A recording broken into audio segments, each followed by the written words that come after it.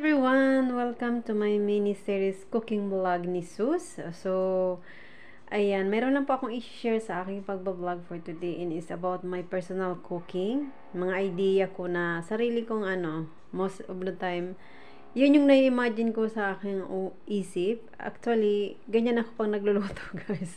I don't really follow step by step kung ano yung And I always have my own idea. So, ayan, ang isi-share nating luto ngayon is parang, sa Bicol sa amin, adobong sita with ampalaya. So, yung ampalaya guys, is ito yung nabili ko last time. Kung na-remember yun, nagluto ako ng kalabasa with So, ito yung natira. Actually, para ma-preserve siya, kinat ko siya guys, and I keep on my fridge, and ngayon tig-defrost ko siya. So ganyan na ang itsura niya. So hahaluan natin guys ng half ng sitaw din. So yung sitaw hindi na siya totally fresh kasi nga medyo na freezer na siya. So ayan na yung result niya guys pag nape-freezer na pala ang vegetable. But anyway, ganun talaga ang life dito sa amin kasi wala kami ditong forever fresh. So sometime mag-use tayo ng frozen.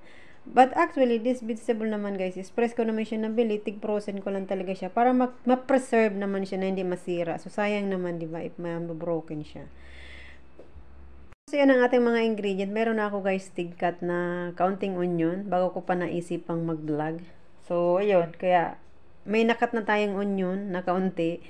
And maglalagay tayo ng garlic, maraming garlic of course. And ito yung halo natin isda instead na karne. So, mag-fish tayo ngayon. Ayan ang ni cooking vlog ni Sus. And of course, ayan, maglalagay din ako guys ng maraming onion. Ganyan ako. Kasi nga yung onion ko guys, masisira na naman yan sa fridge pag hindi ko magagamit sa pag-cooking. So, I decide na maglagay ng maraming onion. And of course, meron din tayong gagamit din tayo ng ginger. Actually, ginger is always on my cooking habit. And hindi ko lang siya sa cooking ginagamit actually. I use it also for my drinking water. Ginger water ang tawag ko dun. So, most of the time, nagbo-boil ako niya ng marami.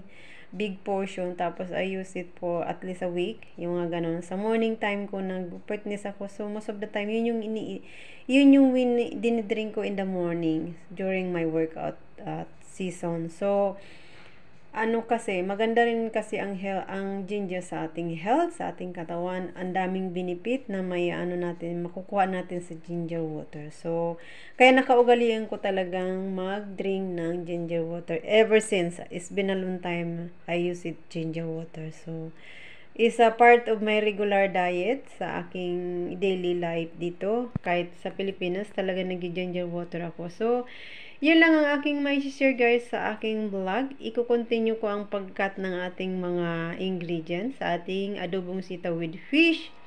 And I think maglalagay tayo guys ng tomato. So, let's see. Maghahanap tayo sa aking fridge kung anong mayroon. Magdadagdag tayong ingredient aside from yung nakikita nyo na ngayon. I think maglalagay ako ng kaunting pangpaasim like tomato. So, tingnan natin mamaya. I will show you guys step by step. But at the same time, I will cut it my onion now. I don't really like show it for short time na sa ating pagbibideo or sa ating pagbablog. I think everybody knows how I cut it. Our onion, our garlic, our ginger, and so on. So, of course, ang ating is naka-ready na siya kasi bago ko pa siya guys tig-keep sa fridge, nakakat na talaga siya. Defrost ko na lang siya today. So, ayun. So, ayan guys, to be continue ang ating pagbibideo sa ating sharing cooking ni Sus. So, as you can see, I already cut the fish. Ayan, lang natin, I cut it for 3 pieces yung fish para naman, hindi ganun ibig sabihin, pagkakain tayo, isang portion lang ating kakainin ay kukuhanin. So, of course, ayan, nakat na rin natin ang ating onion, garlic, ginger, and mag-add tayo ng tomato. As I said earlier, maghahanap tayo ng another ingredient na pwede nating i-mix sa ating, ngayon, for cooking. So, I think the title of this, cooking is adobong sitaw with fish. Pero, I don't think gagamit ako ng water guys kasi I want to be more yung natural lang siya. So tatakpan natin of course, in yung kaya naglagay tayo ng, that's why I decide to add some tomato, because I want to be like, yung water from the tomato, yun yung magiging juicy niya. And maglalagay tayo ng kaunting soy sauce. So, titingnan natin. I will show you, continue ang ating pagbablog. And at the same time, I just really like show my main ingredients. So, it's very simple, but I think it's a healthy because hindi tayo gagamit ng oil at the same time. So, imimix ko lang siya sa isang malaking kawali. Meron akong malaking kawali dito na pinaglulutuan ko most of the time pag meron akong mga sinishare sa aking vlog. So, doon tayo magluluto for today's video. Continue my vlogging. So, as you can see guys, I already put the bitter melon or ampalaya sa atin, and of course I also put the long beans.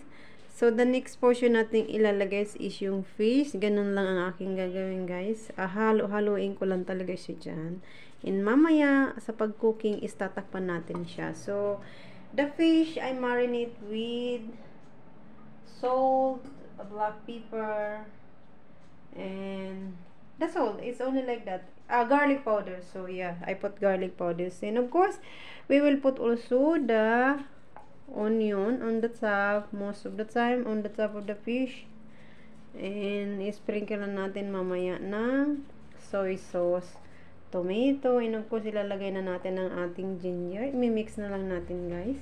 Let's mix garlic, onion, and ginger. So kung na-imagine nyo ang ganitong luto, most of the time sa amin sa Bicol, mahilig kaming magluto ng ganito. And I don't wanna put any oil for my cooking today. So I want to be more natural, and at the same time is healthy. So very simple cooking, but yung mahilig sa mga ganitong pagkain, minsan nagki-carving ako sa mga ganitong food, and ngayon ko naisip gawin, and i-share ko din sa aking pagbablog, diba? So ilagay natin yung tomato, i-mix din natin siya around, para naman yung tomato is mag-ano siya ng, ano tawag nun, yung juice niya, diba? It will be mix all together. So sprinkle na natin of course, ayan, black pepper, soy sauce, at maglalagay tayo ng chili. So i-continue ko guys. Alisin ko muna ang aking gloves kasi hindi ko maano yung aking ano. Naglagay lang ako ng gloves kasi nung kinat ko yung fish, so ayaw kong mangamoy ang aking kamay. So ayan, naglagay tayo guys ng chili, mag-sprinkle tayo ng black pepper. Kaya ko inalis yung gloves kasi pag nag-ano ako ng black pepper, ayaw ko maduduman itong aking ano. So black pepper with a little bit chili, kasi yung ganito ano na siya, mixed na siya. And asaan na ba yung aking garlic powder? Hanapin natin ang ating garlic powder. Meron akong garlic powder dito. Or maybe I don't have. Sorry, I don't have. I think I have. Wait. Let me check on my cabinet. I think I have, but I'm not really sure where is it. Kasi nung naglipat ako. So ayan. Maglalagay tayo ng kaunting black powder. Meron pa nga ba ako? Meron pala ako. Kaso lang, na-mix ko na siya guys sa aking ano. Yung ano siya, may chili, may ano to, dry tomato, may dry herbs. Mixed na siya. So, may garlic na rin siya. So, ito na lang ang gamitin natin. I'm gonna use this one. I think I will just use a little bit para mag-sprinkle natin. Ano siya? Dry tomato, garlic powder, so mixed na siya guys. Parang may press tayong tomato, meron din tayong dry tomato yung ginamit. So ayan, is like around 1 teaspoon ang nilagay natin. So yan lang guys ang ating mga ingredients sa aking luto for today. And maglalagay tayo of course ng kaunting yung white powder na black pepper. So ayan. So it's like that kasi masarap yung medyo maanghang-anghang guys, yung medyo spicy sa ating luto. And of course, the next nating ilalagay ang ating soy sauce. So, ayan.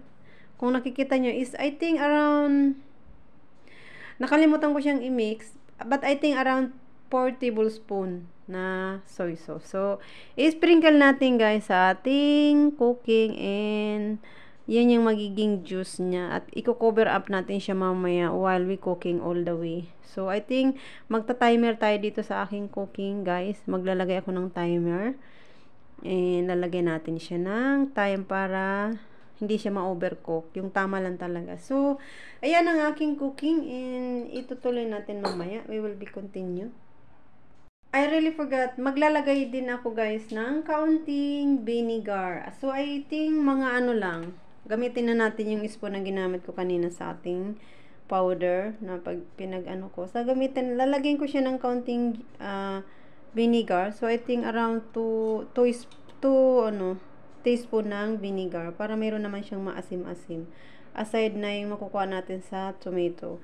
So, ayaw kong lagyan siya ng madami kasi gusto ko naman ma-maximize lang yung asim niya. So, ayan. So, ayan. Nailagay ko na all the ingredient on the big sa aking lutuan. Pinaglulutuan ko rin to guys ng aking pansit o whatsoever ano man niluluto ko. So, this time, ito yung lulutuan natin. So, ayan. Cover up na natin siya guys. And we will open the fire sa ating, tama yung, ayan, okay tong ano to. Kasi marami kasi tong ano eh. 4 siyang lutuan na yan. 1, 2, 3, 4. So, most of the time, ito yung ginagamit ko. Or pwede naman yung doon kasi malaki yun oh. Yan. Malaking ano siya. Mas mabilis. But anyway, hindi naman tayo nagrara sa ating cooking. So, pwede na lang dito. So, i-cover up natin siya guys. So, ayan, i-cover up natin. At i-open na natin ang fire. So, magta-timer ako ngayon sa aking clock. At least mga 20 minutes to, ilis natin. So, around 20 minutes lang ita-timer ko. And, ayan, open na ang ating fire. Ready to cook na. Magta-timer na lang ako sa aking phone para may idea tayo kung nakailang minute na tayo sa ating cooking. Kasi ayaw ko naman siyang ma-overcook, guys. So, i-minimal na lang natin ng 20 minutes. Kasi isda lang naman yan at saka mga gulay. So, I don't think na mag-spend tayo ng maraming time to cook this one. Kaya na guys, kakain na ako sa aking lutong adobong sitaw with fish. So, ito yung aking niluto. Ang tawag naman nito guys is greska sa Russian. So, it's another kind na parang replacement for rice also. Last time I share ako is yung bulgur. Pero this time naman ang ginawa ko is greska ang tawag din. I don't know how they Tapos ayan na yung aking isda guys. Magmumukbang ako ng isang malaking isda. So, that's all for today's video guys. Maraming salamat sa inyong pag-support sa aking mga share na mga cooking. And magmumukbang ako ng isda. And I will enjoy my lunch guys. So, once again, thank you so much for support on my channel. Sa panonood ng aking mga pigpi-primer. Sa aking mga share na video. Sa aking mga tigba-vlog. So, thank you sa inyong lahat. Love you all.